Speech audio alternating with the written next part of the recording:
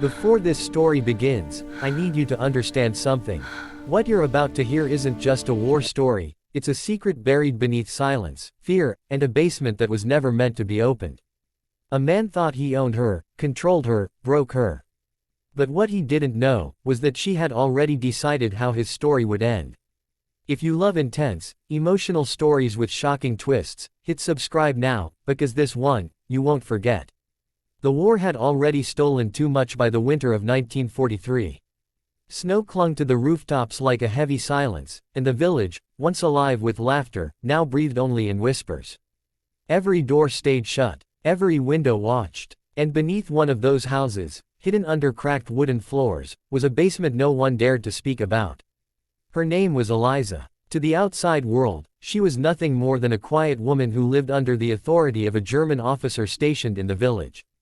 To the officer, Captain Reinhardt, she was something else entirely. Property. That's what he called her. Not aloud, not where others could hear, but in the way he spoke, the way he looked at her, the way he locked the door behind him every night. He believed she belonged to him. And for a long time, Eliza let him believe it. Reinhardt was a man built from control. Everything about him was precise, his uniform, his words, even the way he ate. Disorder irritated him. Weakness disgusted him. Eliza, in his eyes, was both. But he kept her. Not out of kindness, not even out of desire. He kept her because she was useful. She cleaned. She cooked. She stayed silent. And most importantly, she never fought back. At least, that's what he thought. The house they lived in had belonged to a Jewish family before the war. They had disappeared overnight, like so many others. Reinhardt never cared to ask where they had gone. But Eliza knew. She knew because she had been there the night it happened.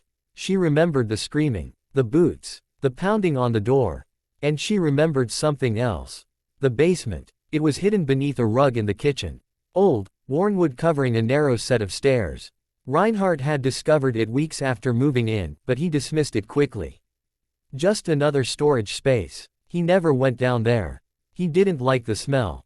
He didn't like the feeling. He didn't like not being in control. So he locked it, and forgot about it. But Eliza never forgot, because the basement wasn't empty. At first, she only went down there at night. Quietly, carefully, waiting until Reinhardt fell into his deep, predictable sleep. She would lift the rug, open the hatch, and descend into darkness. Down there, the air was thick, damp, alive with secrets, and in the far corner, hidden behind crates and broken furniture, was a boy, no older than 12. Thin, pale, silent, alive. His name was Samuel. He had survived the night his family was taken because they had hidden him before the soldiers arrived. The basement had become his prison, and his only protection. For weeks, maybe months, he had lived in darkness. Until Eliza found him. The first time she saw him, she almost screamed. But she didn't. Instead, she knelt beside him and whispered, "You're safe." It was the first lie she told him. From that night on, everything changed. Eliza began to steal food. Small amounts at first, just enough to keep him alive. Bread, potatoes, water. Each trip to the basement became more dangerous. Because Reinhardt was not a careless man. He noticed things. Missing food, shifts in behavior, silences that didn't feel right. One night, he grabbed her wrist as she turned away from the table. "You're hiding something," he said calmly. Eliza felt her heart stop. But her face didn't change. "I don't know what you mean," she replied. He studied her, long and hard. Then slowly let go. "Be careful," he said. "Secrets have a way of revealing themselves." That night, Eliza didn't go to the basement. And neither did the night after. Samuel waited in the darkness, hungry, alone, wondering if she had abandoned him. But on the third night, she returned. With more food than ever before. And a decision already made. "We can't stay like this," she whispered. Samuel's eyes widened. "What do you mean?" "It's not safe anymore," she said.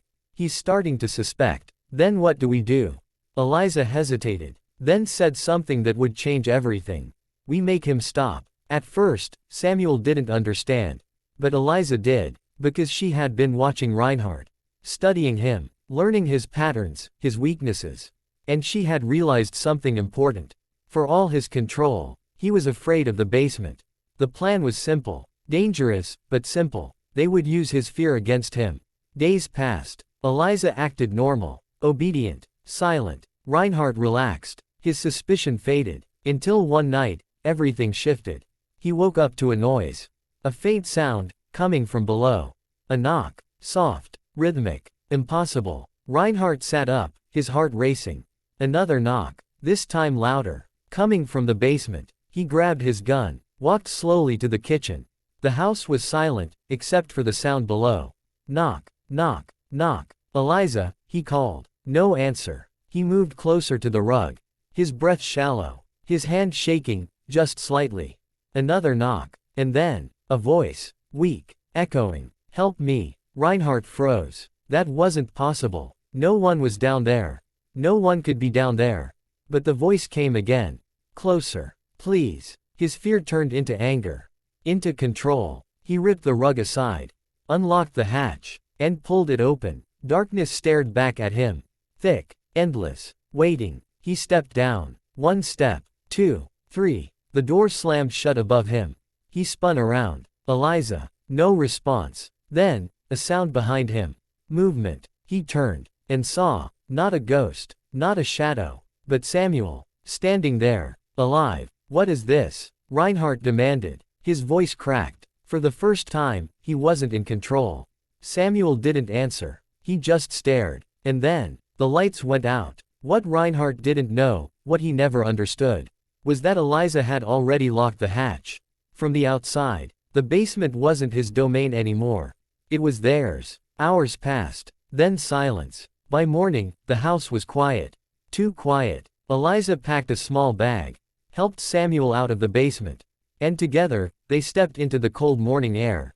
Free. Behind them, beneath the house, the secret stayed buried, and the man who thought he owned her was never seen again.